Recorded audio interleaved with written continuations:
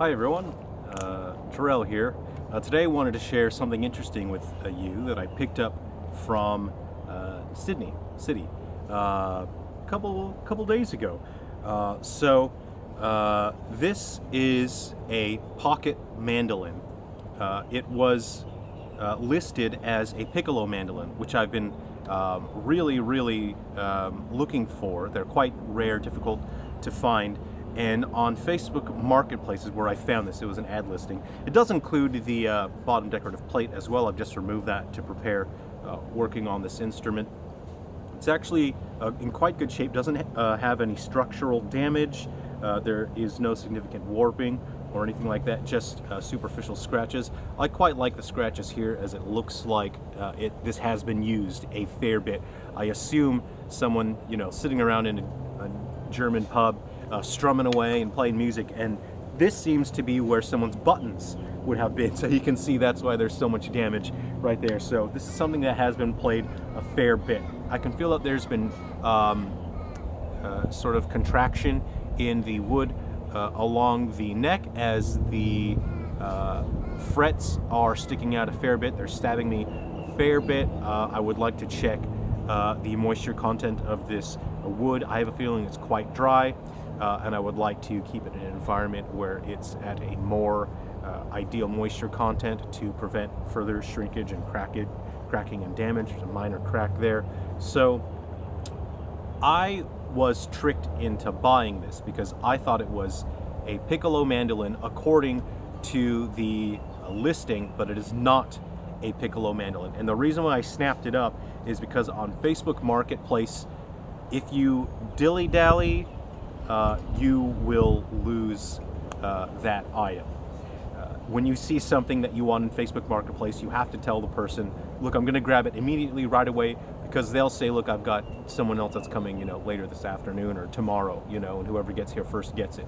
So it's first come, first serve when it comes to Facebook Marketplace. I have been in situations where I dilly-dallied and I lost items, or I lost the opportunity to pick up items that I would have liked to have added to my collection. So in this situation, I said, look, I'll take it right away. I'm coming into the city right now to pick it up. And the guy said, yes, this is a piccolo mandolin. It's in decent condition.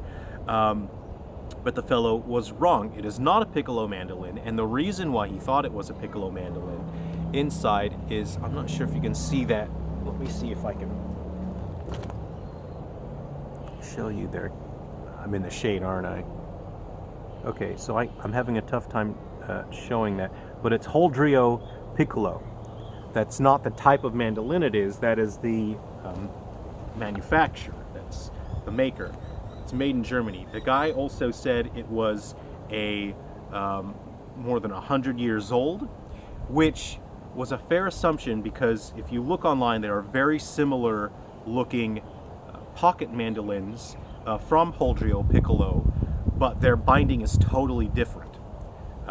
This binding is more modern, and I'm going to assume this is probably closer to like a 50s or so, but there is no date on here. I would say like a late 50s, early 60s, just based on the material on the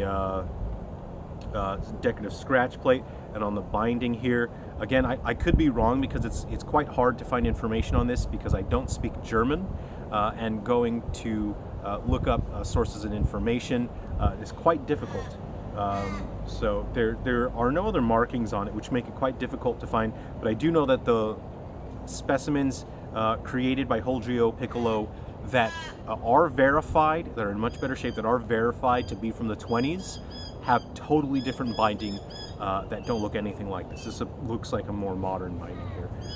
So yeah, it's like some form of plastic of some kind. So yeah, synthetic. So I haven't had time to work on this instrument. I don't really want to do much to it. I think it's quite lovely. I'm just going to clean it up. Again, I love the character of these old instruments, so I'm just going to clean it up. I'm going to double check for structural damage. I'm going to reinforce anywhere. I'm still not sure about this little crack here. So I'll just, again, double check the moisture content on this guy. I'll clean him up, but I just want to make it playable. And I don't want to take away from the characteristics. I love that you can see the age and the use on this guy. It's not really going to make any sound.